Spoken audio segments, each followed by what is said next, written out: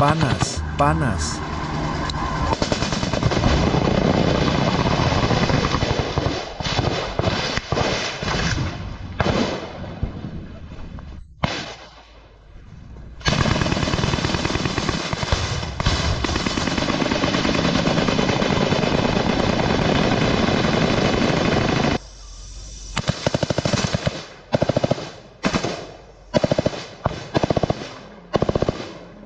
Ini bukanlah pertempuran yang bisa Anda temukan di peta manapun. Tidak ada tank yang meluncur di jalan, tidak ada artileri yang bergemuruh di atas kepala, dan tidak ada serangan udara besar-besaran yang menerangi langit. Hanya tim kecil operator khusus Ukraina, diam, berkamuflase, dan menunggu di pepohonan. Bagi tentara Rusia, daerah Bakhmut telah menjadi neraka di bumi. Namun, operasi ini akan membawa segalanya ke tingkat yang lebih tinggi. Pada awal tahun 2023, unit Rusia ini akan berjalan langsung menuju pelukan kematian tanpa pernah melihatnya datang.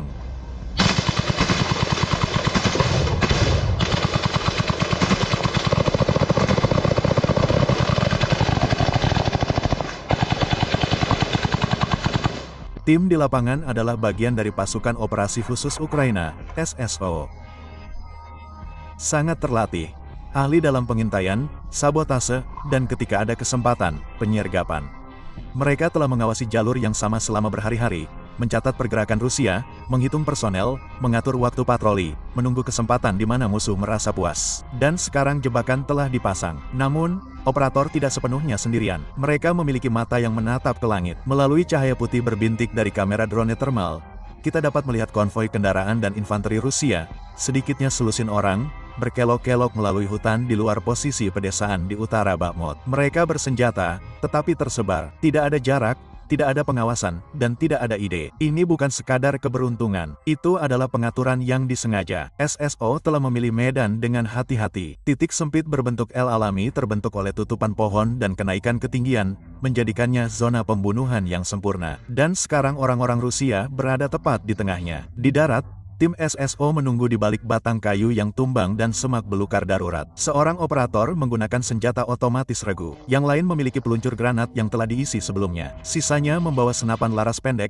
ringkas, cepat, dan mematikan. Tidak ada perintah yang diteriakkan, tidak ada obrolan radio, hanya isyarat tangan, napas, dan kemudian kembang api.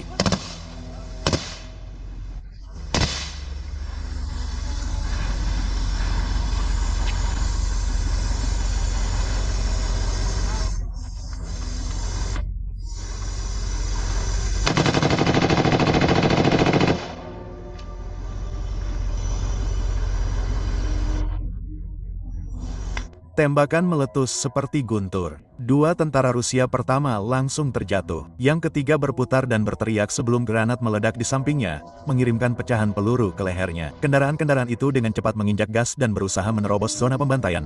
Tetapi tentara Ukraina itu menyerang mereka dengan tembakan senjata ringan, yang dengan cepat melumpuhkan mereka. Dari rekaman drone, itu tampak seperti operasi bedah, tetapi dari bawah, itu benar-benar kekacauan. Seorang tentara Rusia mencoba bersembunyi di balik pohon. Dia tidak berhasil. Sebuah tembakan tepat mengenai dadanya. Yang lain tersandung mundur ke dalam hutan, menembakkan aknya secara membabi buta di belakangnya, berharap dia bisa melarikan diri. Tetapi sebuah peluru dari senapan Ukraina dengan cepat menyusulnya. Penyergapan itu berakhir dalam waktu kurang dari 90 detik. Tidak ada satupun tentara Ukraina yang terkena tembakan. Dan begitu saja, mereka semua diam-diam mempertahankan posisi mereka di hutan hanya selama beberapa menit, memastikan tidak ada lagi orang yang tertinggal di bukit di belakang tentara Rusia. Dan dengan drone di atas kepala, yang dengan cepat memastikan tidak ada lagi tanda-tanda panas di daerah itu, tentara Ukraina itu keluar dari posisi mereka dan mulai menggeledah mayat dan kendaraan. Hutan itu benar-benar sunyi, tidak ada lagi tembakan, tidak ada gerakan, hanya asap, tanah, dan tubuh tentara Rusia yang mendingin. Melalui kamera thermal drone, tanda panas menceritakan kisah itu dengan jelas. Mayat-mayat berserakan di sepanjang garis pepohonan seperti pecahan dada. Namun, tim SSO tidak bertahan untuk merayakannya. Tidak ada cara untuk mengetahui dengan pasti apakah salah satu tentara Rusia berhasil mendapatkan panggilan untuk meminta bala bantuan. Mereka dengan cepat menyapu area di bawah perlindungan Overwatch dari drone di atas, mengambil informasi dari mayat-mayat itu, mengambil apapun yang berguna. Radio, peta, buku catatan, telepon, bahkan patch. Setiap potongan data dapat mengarah ke penyergapan berikutnya. Kemudian mereka dengan cepat menghilang kembali ke dalam hutan lebat, seolah-olah mereka tidak pernah ada di sana. Kembali ke pangkalan depan SSO, rekaman dari drone di atas diunduh dan dianalisis bingkai demi bingkai. Apa yang mereka temukan mengonfirmasi apa yang telah mereka duga. Ini bukanlah unit elit Rusia. Itu adalah campuran dari infanteri Rusia yang kurang terlatih dan bersenjata ringan serta tentara bayaran Wagner. Jarak mereka tidak ada. Waktu reaksi mereka lambat. Dan yang terburuk,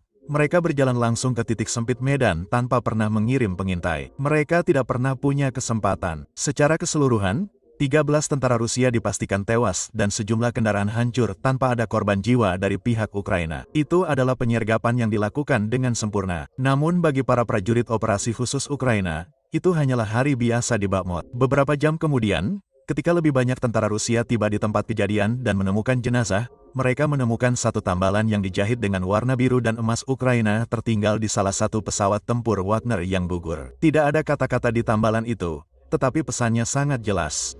Anda tidak sendirian di hutan ini. Pada hari-hari berikutnya setelah penyergapan, patroli Rusia di daerah itu berubah secara dramatis. Pergerakan pasukan melambat, unit-unit infanteri ditarik mundur dan digantikan dengan artileri dan drone.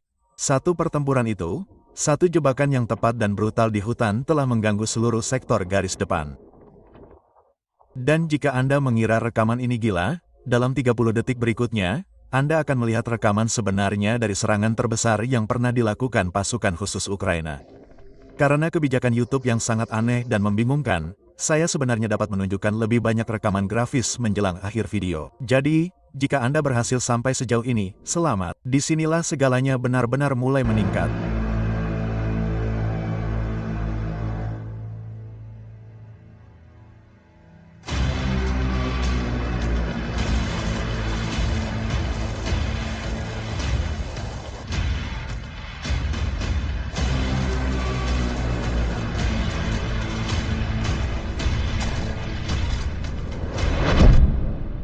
Setelah invasi Rusia ke Ukraina pada tanggal 24 Februari tahun 2022, Rusia sangat ingin menguasai Pulau Ular. Pulau Ular terletak di lepas pantai paling selatan Ukraina dan merupakan tempat yang sempurna untuk mengendalikan semua lalu lintas yang mengalir ke pelabuhan-pelabuhan terbesar Ukraina. Siapapun yang mengendalikan Pulau Ular mengendalikan arus barang dagangan di Laut Hitam. Jadi, saat perang dimulai, kendali atas Pulau Ular menjadi prioritas nomor satu bagi armada Laut Hitam Rusia. Pada awal perang, Pulau Ular hanya dikuasai oleh 13 penjaga Ukraina. Jadi, perebutannya bukanlah tugas yang terlalu sulit bahkan bagi Rusia. Jadi, Rusia memindahkan kapal penjelajah rudal utamanya, Moskva, di lepas pantai Pulau Ular. Moskva adalah kekuatan yang harus diperhitungkan. Diawaki oleh 500 pelaut, dan dilengkapi dengan rudal anti kapal, rudal permukaan ke udara, helikopter yang diangkut kapal, dan senjata 130 mm. Dan Moskva tidak sendirian. Dia ditemani oleh kapal patroli Vasilibov. Kapal itu tidak membawa senjata sebanyak Moskva, tetapi tetap menjadi ancaman serius bagi pasukan di Pulau Ular. Pada tanggal 24 Februari kedua kapal itu mendekati Pulau Ular. Kapten Rusia memanggil tentara Ukraina melalui radio dan menawarkan mereka kesempatan untuk menyerah. Tanpa ragu, salah satu penjaga Ukraina menanggapi dengan pernyataan terkenal, "Kapal perang Rusia, pergilah." Beberapa menit kemudian, Moskva melepaskan tembakan ke Pulau Ular dengan meriamnya, menghantam pulau kecil itu.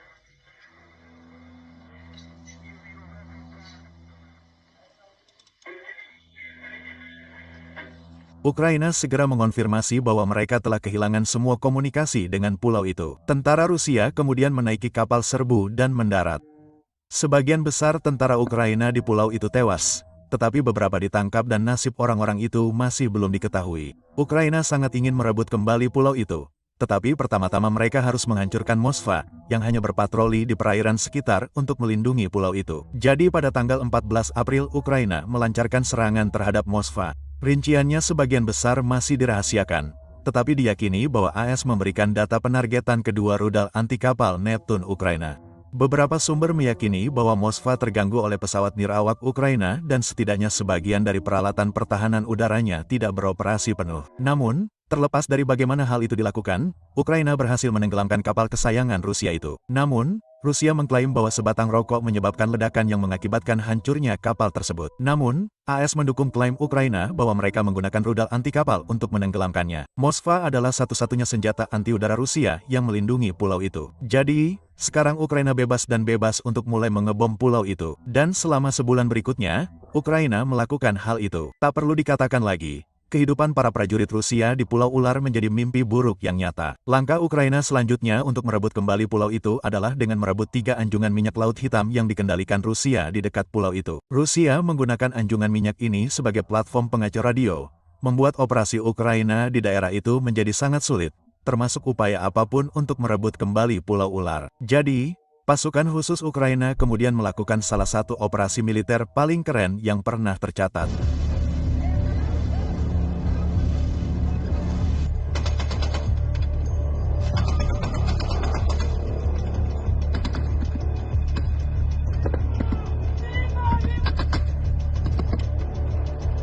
Mereka menggunakan perahu karet berlubang kaku dan jet ski untuk menyelinap ke bawah anjungan minyak.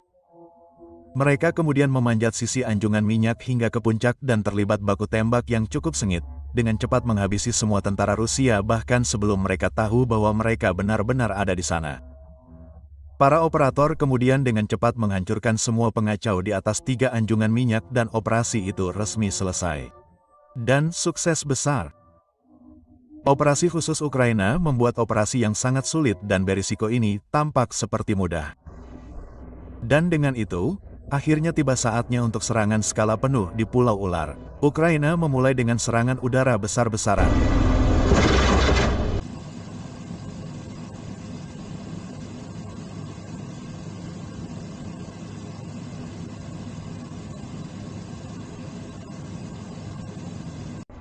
Beberapa helikopter serang menghantam pulau itu, memaksa tentara Rusia untuk berlindung di dalam ruangan, memastikan helikopter pengangkut dapat mendarat dengan aman.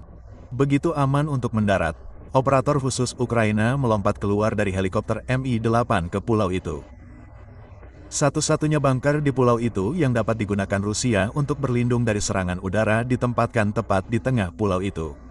Jadi, yang harus dilakukan oleh operator Ukraina hanyalah melepaskan tembakan penekan dan bergerak ke atas bukit menuju bagian tengah pulau untuk membersihkan bunker-bunker itu.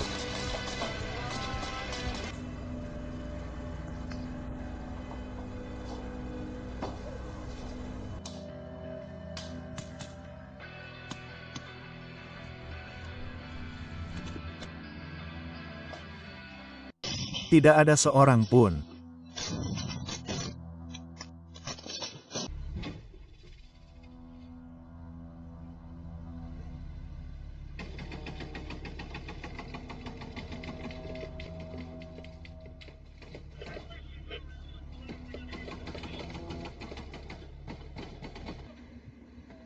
Tentara Ukraina dengan cepat mencapai gedung-gedung dan mulai melemparkan granat-granat pecahan kaca melalui jendela. Setelah menunggu beberapa detik hingga semua granat meledak, mereka dengan cepat masuk dan membersihkan gedung-gedung itu dari semua tentara Rusia. Selama penyerangan, beberapa tentara Rusia berhasil melarikan diri ke Laut Hitam dengan perahu-perahu kecil Rusia. Ukraina tidak mengejar mereka, dan tidak jelas berapa banyak orang Rusia yang terbunuh di pulau itu. Tentu saja, Rusia mengklaim bahwa tidak ada tentara Rusia yang terbunuh, dan orang-orang yang pergi melakukannya hanya karena mereka telah menyelesaikan tugas mereka di pulau itu. Namun, Rusia juga mengklaim bahwa sebatang rokok menenggelamkan kapal perang mereka. Jadi, Anda tidak bisa begitu saja mempercayai perkataan mereka. Terlepas dari itu, kehilangan Pulau Ular merupakan kerugian taktis yang besar bagi Rusia, dan diyakini bahwa Rusia kehilangan hampir $1 miliar peralatan dalam upaya mempertahankan Pulau Ular. Setelah pulau itu sekarang aman, operator Ukraina dengan cepat mengibarkan bendera mereka tinggi-tinggi di pulau itu, menandai direbutnya Pulau Ular secara resmi. Dan hingga hari ini, Ukraina masih menguasainya.